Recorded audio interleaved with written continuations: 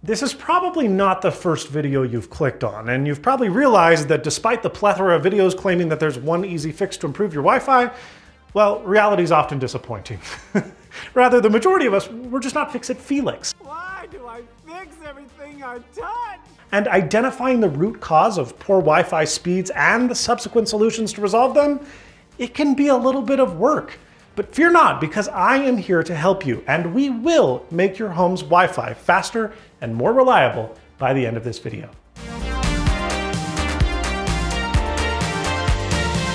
First, I think it's of pinnacle importance to understand the flow of data from the internet to a device inside your home. The internet is very nuanced and complex, but let's pretend for this video that it's just a single entity. From the internet, data travels through your internet service provider. That's the company you owe money to every month. And then to your home.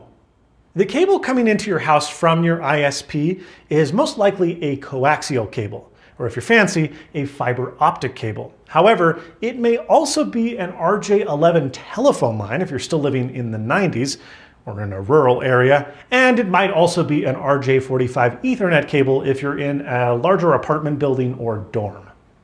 Irregardless of cable type, you need to have a modem, save for a few exceptions. Modems, and this is overly simplified but true, they translate that incoming and outgoing signal so that your home can connect to the greater World Wide Web. Your modem is assigned an IP, or Internet Protocol address, that all data coming to and from your house uses to connect to the internet. But your devices can't talk directly to the modem. They need their traffic routed. You may see where this is going. Routers do exactly what it sounds like they do. They act as dispatchers to choose the best route for traffic, and they connect all of the devices in your home together by creating a LAN, or local area network. This allows you to, for example, send documents from your phone to your printer, or to share files between computers in your house. None of this requires the internet. It's all local. However, routers are also instrumental in allowing your devices to communicate with the internet via the modem. The problem with a basic router is that it only connects to your devices via a wired Ethernet connection. And so that brings us to our last device, wireless access points, or Wi-Fi. Think of Wi-Fi as a wireless cable to your router, because in essence, that's all it is. Now you might be thinking, hold on, that's a lot of stuff and I only have this one box that my ISP gave me. Yeah, for the last many years, most ISPs have issued devices that are all three of these things in one: a modem, router, and wireless access point. And in general, those wireless router combos, as they're commonly known, are famously mediocre Wi-Fi access points. So in this video, I aim to help you answer three questions. Number one, what internet speeds and latency can you reasonably expect?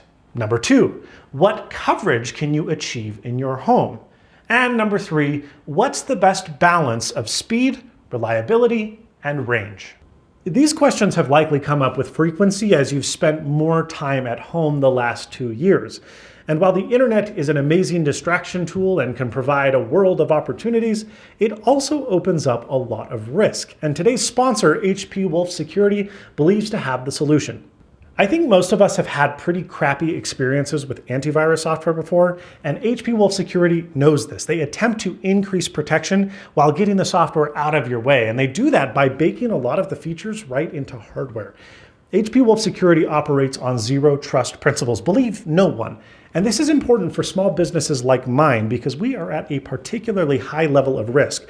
We don't have the sufficient budget, personnel, and understanding of cyber attacks. And so 43% of all security breaches, they come from small businesses. And 60% of businesses with fewer than 100 employees have to shutter within 30 days of a ransomware attack. It's a big problem. So ensure that doesn't happen to your business by using hardware equipped by HP Wolf Security, like this, the HP ProBook 445. This laptop is small and affordable with design features focused on employees working from home. Zero-day exploits that can get right through normal antivirus software get stopped in their tracks with 99% accuracy thanks to 3 layers of protection. AI deep learning, which define how viruses behave. protection from user negligence by opening all files, no matter where they come from, in isolation. This is really cool, actually. And this is where over 90% of attacks generate from.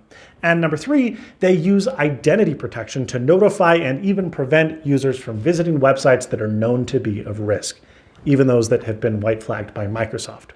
Additionally, there is hardware security, like the ability to recover a system from a local chip on the motherboard. Best of all, HP Wolf Security does not require IT to buy and deploy software. It's baked right into the hardware, and it works from the second that the machine is opened. 1 year is included with the machine, and after that 1 year, it's just 1/3 the price of standard antivirus software. Check out the ProBook 445 and HP Wolf Security at the link in the video description below. It's pretty difficult to determine how robust your Wi-Fi network is if we don't have a knowledge of the speeds that you should be achieving. To do this, we need to find out A, what you're paying for, and B, if you're actually getting those speeds. Your monthly internet bill, or your ISP's account panel, should state expected download and upload speeds measured in megabits per second. An aside, network traffic is almost always measured in bits, not bytes. Convoluted, yes, but a rather simple conversion. There are 8 bits to 1 byte, and conversely, 8 megabits to 1 megabyte. This isn't really important in the context of this video, but it will help for some handy napkin math when you want to know the remaining download time on digital files, which are almost always referred to in bytes, not bits. Yeah, it's kind of messy. Okay, so you found your network speeds. Here, Google Fiber promises me symmetrical gigabits, so that's 1,000 megabits per second down and 1,000 megabits per second up. Now, we're going to need to fact check that using a speed test tool, and the best way to do it is by using an Ethernet cable plugged directly into your issued router, and then the other end plugged directly into a computer. This will eliminate almost all doubt about your advertised versus actual download speeds and upload speeds. Now, ISPs have the tendency to be a little bit overly optimistic and state speeds in the most ideal circumstances. Sometimes it even varies on time of day. However, if the number you're receiving and the number you've been told you should receive vary drastically, you should probably contact your ISP. Something might be wrong on their end. So now that we have our wired internet speeds, we also have our theoretical maximum Wi-Fi speeds. The question, of course, though, is what Wi-Fi speeds can we kind of practically expect? And the answer is it depends. It really boils down to 3 things: standards, utilization, and physics. Now, you might have heard the term 802.11 followed by a couple of letters, A, B, G, N, AC, AX, ETC.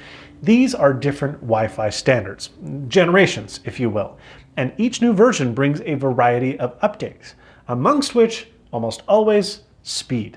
Now, with the introduction of 802.11ax, the entity in charge of naming the standards decided that, well, things were getting confusing, and so they adopted the name Wi-Fi 6, which is the most kind of common and ubiquitous standard today. However, it is not the newest any longer.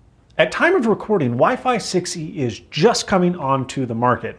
It's really new, and there are really only a few access points available for purchase that support it, and even fewer devices. For example, no Apple devices yet support 6E.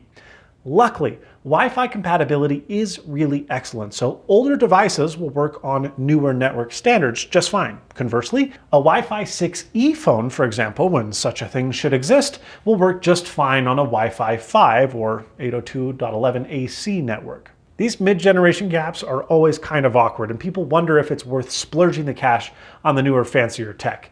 My suggestion is that unless you need the affordances provided by a newer standard, most people will find that the current generation offers more cost-effective options and better reliability. Again, don't buy Wi-Fi equipment thinking you're going to use it for 10 years. You'll be upgrading it every few years, most likely, every other generation or so. Now we get to utilization. Keep in mind, all devices on your network are sharing that same pipeline back to the internet. Routers and access points do have pretty smart technology in them to optimize flow control, but at the end of the day, your internet speeds are largely going to be impacted by what else is happening on your network. So if you're hogging your bandwidth downloading a game on your computer, don't expect that 4K Netflix stream to start up instantly on your TV as it usually does. Additionally, the number or quantity of devices on your network can drastically affect your Wi-Fi performance. Now, there are certain access points, like the Ubiquiti ones that I use here at my house, that are designed for a large number of clients. Cheaper devices, however, they're really not. So if you've got 50 smart home devices and phones and laptops and all sorts of stuff around your home, you might notice that the higher quantity of devices there are, the more they negatively affect speeds for everyone, even if they're not really doing anything. Last, we have physics. Science is a liar sometimes. Science is a liar sometimes. It also usually isn't. Radio waves, they're lazy, and a big factor when it comes to speed is distance and visibility to the access point origin. In recent years, 5 GHz Wi-Fi has become very popular.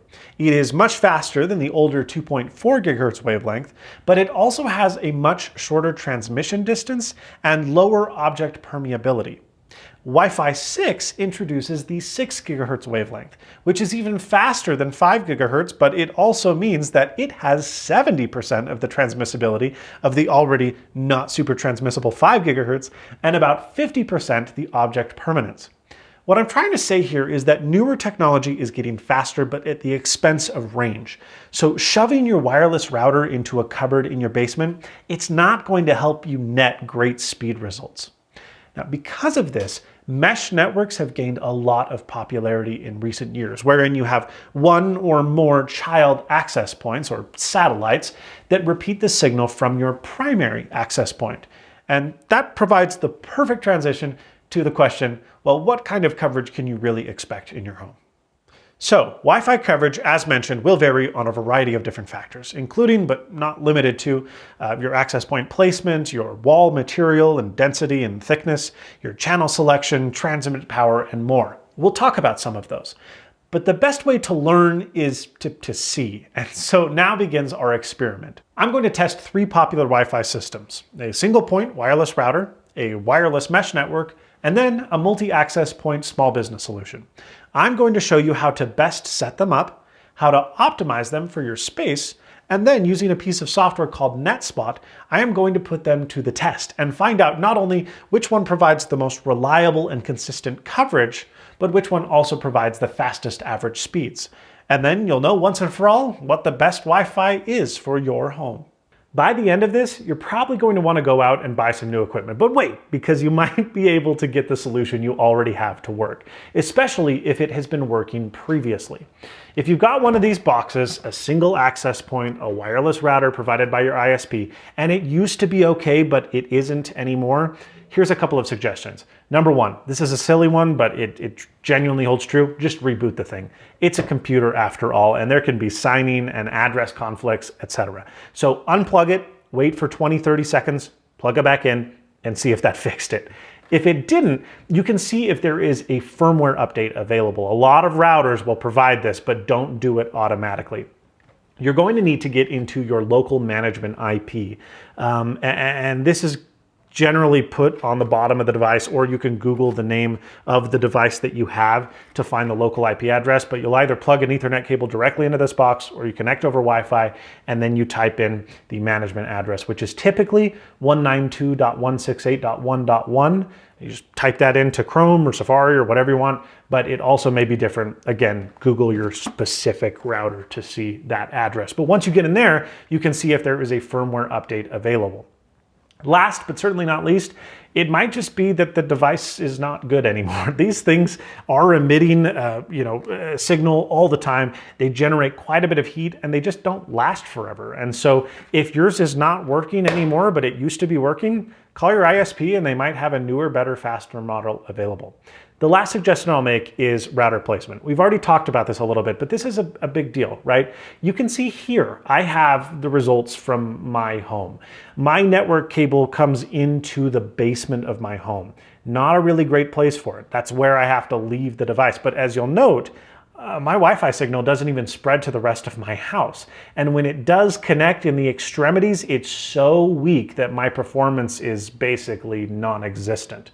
Now, I could try to locate this into a different part of my home, but really the solution that I'm going to suggest for most people is to go out and get one of these. This is a mesh system. There are a bunch of companies that make them. Eero, Google Nest has a version that's great, Linksys Velop, there's a lot of options. But basically what this does is you put this device, you're going to keep it, your modem and your router and your access point, but you put it in something called bridge mode, and it disables the routing and the access point portion of this box and just uses it as a modem. You connect your new device up to this box, and then this handles routing and Wi-Fi. But there's a problem, right? Because this is still just one device. So how is this any better? Well, sometimes the antennas in here are a little better than the antennas in the box you got from your ISP, but that's not why you buy one of these. You buy them because of these. This is a satellite node. Part of the reason they call them mesh is that these work together to mesh into a single larger network. And what's really neat about these is these are connected wirelessly. And so you plug this one in, put it in the same spot as your router, and then you take one of these and you plug it somewhere else in your house. Now, if you're not getting good performance, I do have a few suggestions for you. Satellite placement is crucial. Don't overmesh them. If you put these too close together, they're going to just step on each other and they're not going to perform well. Conversely, if you put these way too far out into the distance, remember, they're communicating wirelessly and your performance will also be unideal. And so you really got to put these halfway in between the router's origin and your dead zone. And then once you've done that, you should get pretty good, pretty consistent coverage. And if you look at my results, yeah, the signal is significantly stronger throughout the entire home, and I don't have any dead spots.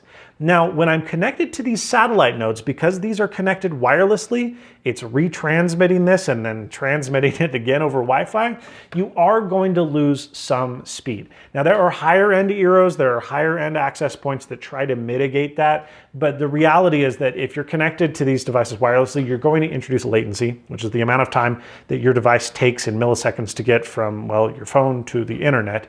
And then you're also going to introduce certain issues with speed. These are better than a single access point, but really, if you want to go balls to the wall, you're typically going to want something with a proper backhaul.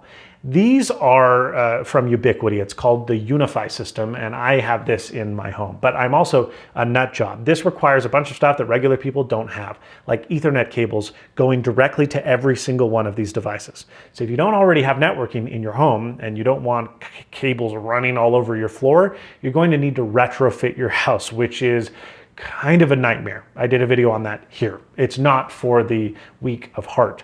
But if you're willing to do that, these have a number of benefits. First of all, they're not connected wirelessly back to the main router, so they're not retransmitting a signal.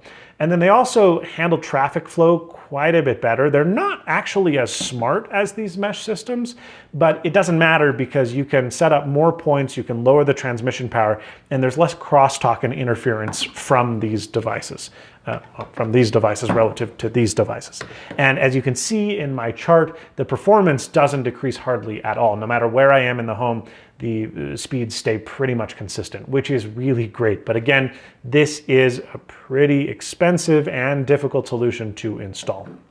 In any of these scenarios, consider placement. Don't stick stuff against the wall. Don't stick stuff in cupboards. Don't stick stuff in the basement. Put them in a centralized area of your home. And then also, it's important to know the antenna radiation patterns. These are pretty obvious because they've got feet. You stick them on the thing and then you're done. But some of these higher end devices will be preferred to be wall mounted or ceiling mounted, and that's something you have to consider. If you don't do that, you're not taking full advantage of the antenna pattern and your speeds will be reduced. But now we need to talk about, okay, I've either got stuff already or I'm going to get stuff.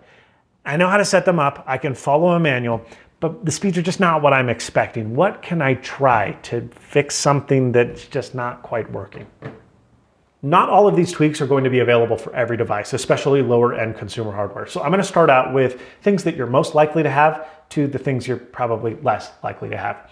Even the cheapest routers and access points have channel selection. If you go into your management panel of your actual Wi-Fi router, you can go in, you'll see channels, and you'll probably find that it's set to automatic.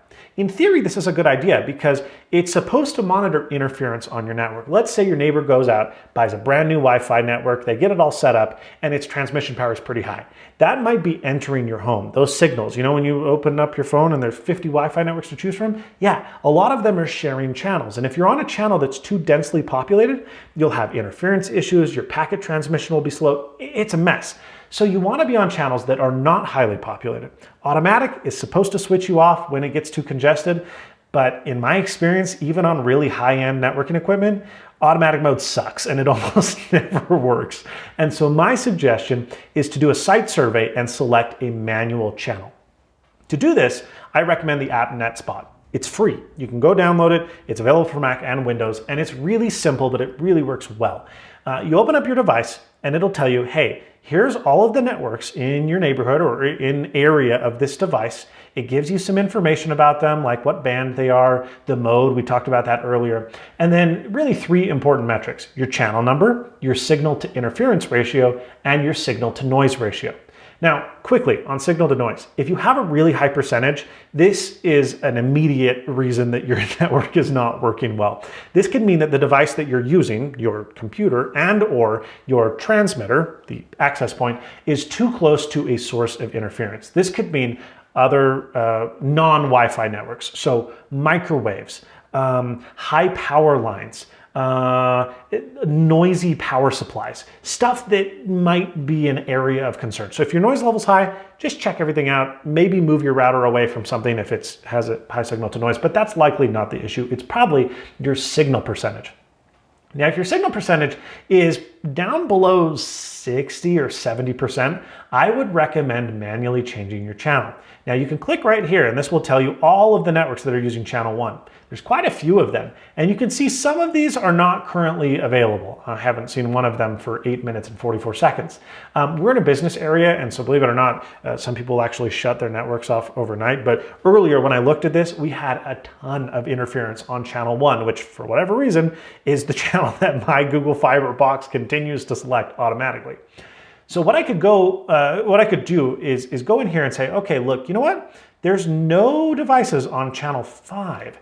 So if I go down to 2.4 gigahertz and move to channel 5, that's likely going to be a channel with a low signal to interference ratio.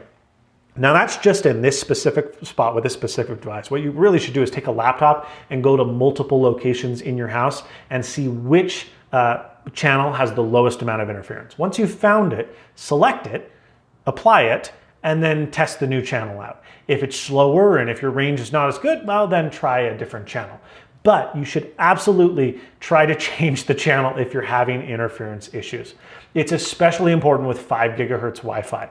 Now, there is more 5 gigahertz Wi-Fi spectrum available, and so there's a lot more channels to select from, typically, but many of these are not exposed to your router. 35 and 149 are the only 2 channels I'm offered on this box. Some higher-end devices will let you choose from more, but 5 gigahertz tends to get really saturated really quickly. So that's one where if you're not having good performance and your signal to noise ratio, your signal to interference ratio is pretty high, then you should try a different location or a different channel. Next, and this is one that my device currently doesn't do, but QoS, or quality of service prioritization. This basically analyzes your network traffic and gives priority to specific devices or activities. Now, on the very rudimentary level, on cheap routers, usually it's just a specific device. So you can say, hey, you know what? My kid that plays Minecraft all day, they don't need that much bandwidth. Prioritize me, the businessman. But you can also go into specific activities. And so you can say, give priority to streaming video if your TV is struggling to get stuff started, or give priority to downloads or to gaming services so that your latency is low. It basically tells your router, hey, this is the most important device. Give them the most bandwidth and the most packet attention. And that should make a fairly big difference. And some can even go into extreme granularity, like specific servers that you contact. That's a thing, but quality of service is important and you should definitely check it out if it's an option. This next one is not hyper common, but if you've got it, it might be worth enabling, and that is airtime fairness. Most networks are packet fair. It seems a little counterintuitive, but the closer your device is to the access point and the stronger the signal, the less attention it receives because it can move data really effectively. The further away a device is, the more time is required for those packets to travel, the higher the latency and the weaker the connection. Your router and your access points try to manage traffic equally, but if you turn on airtime fairness, it gives every device on the network a fixed amount of time to transfer as many packets as the device can. The benefit being, if you're really close to your router or your access point and you have really strong signals and you're demanding something that requires high throughput, well, your performance is going to be even better. Conversely, if you've got a device that generally is not doing so hot, the range isn't very good, it's generally slow, you might notice that the performance is actually worse because less time is being given to that device to transfer packets successfully. So if you're focused on speed and performance and stuff that is close to your access point, this might be worth enabling. If you're more worried about range and stability, you might want to stay away from this one. I will note that it is pretty important to note how many devices are on your network. If you've got 20 or more devices, this is probably not worth enabling because it's really taxing on your network, but if you've got fewer than 20, it might be worth a shot. This last one is the least common, but also the most important if you have this setting, and that is transmit power. Ubiquiti stuff has transmit power, and people always leave it at the default, I think, which is high. That's bad. You don't want that. Now, in principle, people think, oh, transmit power, I want it to be the highest possible because I want my network to go everywhere. You don't want this because you're going to introduce interference in between your own access points and with nearby networks. You're wasting energy having a less efficient network. Generally, you don't want any single access point to go higher than 18 dBm. Ideally, it's less, like 12 to 14. What this means is you want to set your transmit power to the lowest possible power while still being able to get the range and the speeds that you expect. Now, the lower the power, yes, the less your access points will transmit, and you might need to add more access points into your network, but your performance will be much better. Your devices will transition from one access point to another with much more ease, and your speeds will increase so amazingly high it will blow your mind. I didn't know this when I set up my Ubiquiti network. I was supposed to be getting, 300-400 megabits per second, and I was getting like 50. And it's because my transmit power is maxed out. They were all fighting with each other. Turn that crap down to the very lowest setting that you can get away with, and you'll be much happier. As you can see, the answer to the question, how do I make my Wi-Fi faster, is pretty complicated. It's not quite as cut and dry as YouTubers would like you to believe. But I hope at minimum, we've A, taught you how Wi-Fi networks work, B, taught you to play with your hardware and just try and make stuff better without having to go buy new stuff. And see if your current equipment is not ideal for your operating environment to know what equipment will work best. If that was indeed the case, please give this video a like. If you didn't like it, well, that other button apparently still works. I don't know. Thank you so much for watching, and as always, stay snazzy. See you later, folks.